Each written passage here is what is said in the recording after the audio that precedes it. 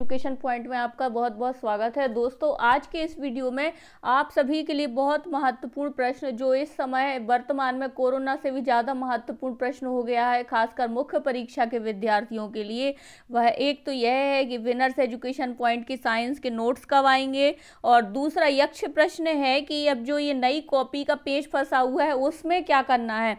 तो आप सभी की परेशानियों को सुलझाने के लिए विनर्स एजुकेशन पॉइंट की तरफ से आज हम जीएस पेपर कोड की कॉपी का यह पैटर्न लेकर आए हैं कि आपकी कॉपी कैसी रहेगी, क्वेश्चंस उसमें कैसे रहेंगे, आंसर्स कैसे रहेंगे और उसमें कितना मार्जिन रहेगा, आपकी अपकमिंग स्ट्रेटजी क्या होनी चाहिए, वो हम दोस्तों जैसे यह जीएस पेपर 1 है उसी प्रकार से हम जीएस 1, जीएस 2, जीएस 3 मतलब ऐसे ही पूरे 6 पेपर का हम आपके लिए पैटर्न लेकर आएंगे। तो अगर आपको ये वीडियो और इसके आगे वाली वीडियो चाहिए है तो इस वीडियो को लाइक, शेयर और सब्सक्राइब जरूर कर दीजिए। इस वीडियो की फ्री पीडीएफ आपको निःशुल्क टेलीग्राम चैनल पर मिल जाएगी। दोस्तों, इसमें सबसे पहले ज़रूरी है कि हम इसके महत्वपूर्ण निर्देश पढ़ लें, क्योंकि दोस्तों अक्सर स्टूडेंट्स निर्देश पढ़ते नहीं हैं और सीधे एग्जामिनेशन हॉल में पहुंच के काफ़ी सारी सिली मिस्टेक्स करते हैं, जिनकी वजह से उनकी कॉपी डिस्क्वालीफाई हो जाती है और वह परीक्षा में बैठने और इतना कठिन एग्ज़ाम पास करने के बाद भी अपीयर नहीं हो पाते हैं। तो दोस्तों, यह है प्रश्नोत्तर पुस्तिका में प्रश्न हल करने से पूर्व उसके संलग्न ओएमआर पत्रक को भली प्रकार से भर लें। ओएमआर सबसे पहले भर लें। हिंदी व्याकरण, हिंदी निबंध के प्रश्न पत्र को छोड़कर अन्य सभी प्रश्न हिंदी और अंग्रेजी में लिखे जाएंगे। अभ्यर्थियों को अपने उत्तर निर्धारित समय सीमा से अधिक नहीं लिखना चाहिए। इसका उल्लंघन करने पर अंक काटे जाएंगे। दोस्तों, बहुत महत्वपूर्ण है यह अब कॉपी चेंज वाले पैटर्न में कि अब अगर आपने ज़्यादा लिखा तब आपके नंबर काट लिए जाएंगे। और यह प्रत्येक प्रश्न का उत्तर प्रश्नोत्तर पुस्तिका में निर्धारित स्थान पर ही हो। प्रश्नोत्तर पुस्तिका के अंदर किसी भाग पर अनुक्रमांक, अपना अन्य नाम, पता या कोई पहचान चिन्हांकित ना करें। उत्तर पुस्तिका के साथ अन्य कोई सामग्री संलग्न करना भी वर्जित है। इन निर्देशों का उल्लंघन करने पर आवेदक का कोई नोटिस दिए बिना उसकी उम्मीदवारी निरस्त कर दी जाएगी। अभ्यर्थियों को निर्देशित किया जाता है कि प्रश्नोत्तर पुस्तिका में प्रत्येक प्रश्न में बनाई गई बॉर्डर लाइन से बाहर उत्तर नहीं लिखे जाएंगे। जो देखिए आप इस पेज में देख रहे हैं, ये है मार्जिन लाइन, बॉर्डर लाइन। इस एरिया के बाहर आपको नहीं लिखना है। यदि किसी प्रश्न में किसी प्रकार की कोई मुद्रण अथवा तथ्यात्मक प्रकार की त्रुटि हो तो प्रश्न के हिंदी और अंग्रेजी रूपांतरण में हिंदी रूपांतरण मान्य होगा। याद रखिएगा, अक्सर जो प्रीलिम्स एग्जाम होता है उनमें इंग्लिश रूपांतरण मान्य होता है, लेकिन इसमें हिंदी रूपांतरण मान्य होगा। अभ्यर्थियों को प्रश्नोत्तर पुस्तिका सीलबंद लिफाफे में मिलेगी। अभ्यर्थी प्रश्नोत्तर पुस्तिका के ऊपर संलग्न ओएमआर पत्र में नीले अथवा काले पेन से सावधानी पूर्वक भरें। नीले या काले पेन के अलावा अन्य कोई भी पेन यूज नहीं करना है। ओएमआर 2 भागों में बटा हुआ है, जिसमें आपके जीएस 1 और जीएस 2 का मतलब रहेगा, जिसमें आपके 2 पार्ट रहेंगे। यदि प्रश्नोत्तर पुस्तिका कहीं से कटी फटी या अमुद्रित है तो तत्काल जो आपके मेंटोर रहेंगे एग्जाम में उनको ध्यान में लाएं या फिर उससे बदलवा दें। यह दायित्व भी विद्यार्थियों का रहेगा। अब दोस्तों, इसमें आप मेन आ जाते हैं। जैसे मान लीजिए कि आपका यह जीएस 1 है, हिस्ट्री का पेपर है, तो आपको कैसे आएगा। जैसे आपका प्रश्न इस प्रकार से रहता है कि इस प्रश्न पत्र में 15 लघुत्तरी उप प्रश्न है। प्रत्येक प्रश्न का उत्तर अधिकतम 20 शब्दों में देना है। सभी प्रश्न पत्र अनिवार्य हैं। प्रत्येक प्रश्न 3 अंकों का होगा। अब जैसे देखिए, जैसा इसमें पैटर्न दिख रहा है आपको सेम ही कॉपी मिलने वाली है। दोस्तों, आपको बिल्कुल एज इट इज लिखना है, बस इसमें लिखना आपको स्टार्ट कर देना है। जैसे आपका आ गया कण्व वंश, अब आप कहाँ से लिखना स्टार्ट कर सकते हैं। अब आप यहाँ से लिखना स्टार्ट कर सकते हैं। ये आपको 1 लाइन हो गई, 2 लाइन, 3 लाइन और ये 4 लाइन। आपको यह 4 लाइन मिली हैं। अब आप चाह के भी इनसे ज़्यादा नहीं लिख सकते हैं। और दोस्तों, आप ये गलती मत करिएगा, कई स्टूडेंट्स यहाँ से ही लिखना स्टार्ट कर देते हैं, यहाँ से आपको नहीं लिखना है।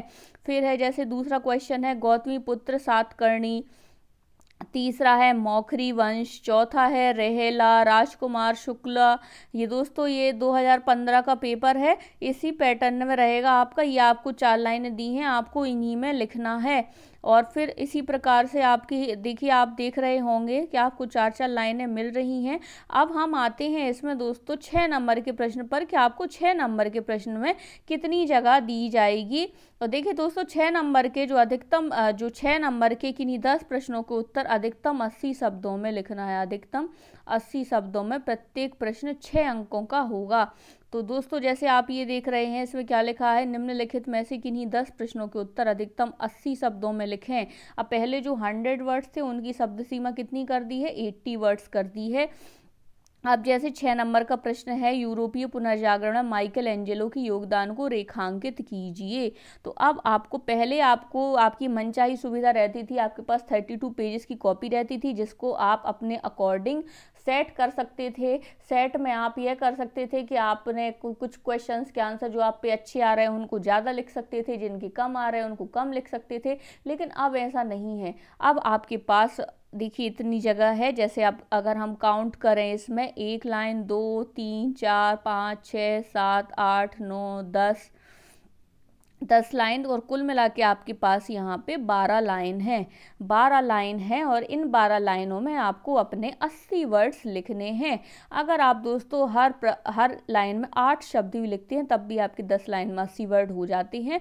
और दोस्तों, अब आपको स्ट्रेटजी आपकी इसमें ये होनी चाहिए मुख्य परीक्षा की, कि आपको, जैसे आपने ये आपसे पूछा है कि माइकल एंजेलो की यूरोपीय पुनर्जागरण में माइकल एंजेलो की योगदान लिखिए, तो अब आप सीधे to the point Michelangelo की योगदान ही लिखना स्टार्ट कर दीजिए। क्योंकि अब आपके पास जो है शब्द सीमा भी कम है, आपके पास लाइनिंग कम है, स्पेस कम है। तो अब आपको सिर्फ और सिर्फ माइकल एंजेलो के योगदान से ही स्टार्ट कर देना है। फिर है सन 1688 में इंग्लैंड की गौरवपूर्ण क्रांति। देखिए, पहले जो एक पेज में आपका रहता था आंसर लिखने का, अब उन्होंने कॉपी को आधा आधा कर दिया है। तो अब इन्होंने 2 पेजेस में कर दिया है। मतलब अब आपके एक पेज में आपको 2 प्रश्न लिखना होगा।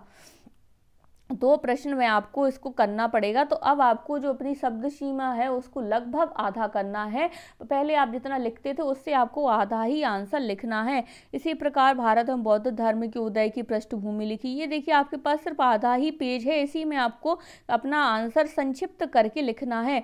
अब इसके बाद दोस्तों ये हैं 6 नंबर के प्रश्न। अब कई सारे लोग पूछ रहे थे कि इसमें ऑप्शन ऑब्जेक्टिव के कैसे रहेंगे। तो ऑब्जेक्टिव की भी व्यवस्था रहेगी दोस्तों। जैसे मान लीजिए कि 10 प्रश्न आपको करना है, यहाँ पे कितने दिए हैं, 11 दिए हैं, और यहाँ जैसे 12 दिए हैं। तो आपको इन 12 में से 10 सिलेक्ट करना है। आपको जगह पूरे की ही मिलेगी। पूरे में से आपके जैसे 10 प्रश्न आपको करना है, 12 प्रश्न आपको ऑप्शन में दिए हैं। तो आपको, जैसे आपने शुरू के 10 कर लिए तो आपने ये 2 जगह छोड़ दी, और अगर आपने बीच में से कोई क्वेश्चन नहीं किया तो आपको इनमें से कोई क्वेश्चन पिक करना पड़ेगा। मतलब आप जो भी क्वेश्चन करें उसी को लिखें, और जो क्वेश्चन नहीं करना है उसके लिए आप जगह छोड़ दें। फिर है दोस्तों, जैसे है, फिर अब हम चलते हैं मुख्य परीक्षा को देखते हैं। मतलब जो 15 नंबर के प्रश्न हैं उनको देखते हैं। 15 नंबर के प्रश्न में अधिकतम शब्द सीमा दोस्तों पहले 300 वर्ड थी। अब उन 300 वर्ड को भी कम करके 250 शब्द कर दिया है, 250 शब्द कर दिया है। और पहले आप अप्रोक्स हम लोग यही स्ट्रेटजी बताते थे स्टूडेंट्स के लिए कि उनके लिए क्या करना है। उनके लिए 15 नंबर के प्रश्न में मिनिमम 3 पेजेस लिखना है। मिनिमम कितने पेजेस लिखना है, 3 पेजेस लिखना है। तो अब 3 पेजेस के अकॉर्डिंग आपको कितना स्पेस मिलेगा। अब जैसे देखिए 15 नंबर के प्रश्न में आपको इसमें और दिया है, तो आप इनमें से किसी भी एक का उत्तर लिखना स्टार्ट कर सकते हैं। जैसे मान लीजिए यहाँ दिया है 1789 ईस्वी की फ्रांसीसी क्रांति के सामाजिक एवं आर्थिक कारणों की विवेचना कीजिए, अथवा 1989 की ये संधि 1989 ईस्वी की जो संधि की खामियां द्वितीय विश्व युद्ध के लिए कहाँ तक उत्तरदायी रही। तो आप इसका भी आंसर लिख सकते हैं। तो आप यहाँ लिखेंगे और फिर आप यहाँ से आंसर लिखना अपना स्टार्ट कर देंगे। फिर दोस्तों अब हम इसमें देखते हैं इसमें आपको कितने पेजेस मिल रहे हैं। इसमें देखिए दोस्तों, एक पेज आपको पूरा मिला है 15 नंबर में, फिर यहाँ लिखा है कंटिन्यूड, फिर यहाँ पे दूसरा पेज आपको मिला है, और ये दोस्तों आपको मिला है 3 पेजेस। तो हमारी स्ट्रेटजी सही थी। आपको अभी भी 15 नंबर के प्रश्नों को अच्छे से करना है। 15 नंबर के प्रश्नों को आपको अभी भी 3 पेजेस ही मिल रहे हैं। अब आपको अपने 6 नंबर के प्रश्नों में से समय निकाल निकाल के उनको शब्द सीमा को आधा करके और आपको यहाँ पर आना है। 15 नंबर के प्रश्नों पर आपको अपना मुख्य फोकस करना है। इसी प्रकार ये 15 नंबर के प्रश्न में सभी प्रश्नों में आपको 3-3-3 अंक मिलेंगे। और ये है दोस्तों इस प्रकार से आपकी कॉपी। अब दोस्तों ये रहा हमने हिस्ट्री का पेपर आपके लिए बताया। अब अगर आपको इच्छा है, अगर आप और जानना चाहते हैं, तो इसी प्रकार हम आपके लिए हिंदी का पेपर में क्या कैसे रहेगा, ऐसे के पेपर में क्या कैसे रहेगा, ज्योग्राफी, तो हम ऐसे आपके लिए सभी पेपर्स का ला सकते हैं। बस आप इस वीडियो को अधिक से अधिक शेयर कीजिए ताकि हमें मोटिवेशन मिले और हम आपके लिए इसी प्रकार से बहुत यूज़फुल कंटेंट उपलब्ध करा सकें। और मेंस की अब स्ट्रेटेजी क्या होनी चाहिए वो भी एक सेपरेट वीडियो में डिस्कस करेंगे और आपको इस वीडियो की फ्री PDF निःशुल्क टेलीग्राम चैनल पर मिल जाएगी। तो प्लीज़ टेलीग्राम चैनल जरूर ज्वाइन करिए। नेक्स्ट वीडियो रहेगा कि आपकी ज्योग्राफी में कैसे रहेगा। सेम ही रहेगा दोस्तों, लेकिन आपको फिर भी एक बार देखने से अंदाज़ा मिलता है, लेकिन मोस्ट IMP है हिंदी और ऐसे, तो वो आप देखना ना भूलिए। और ऐसे ही महत्वपूर्ण वीडियो के लिए विनर्स एजुकेशन पॉइंट को जरूर लाइक, शेयर एंड सब्सक्राइब कर दीजिए। Thank you for watching friends.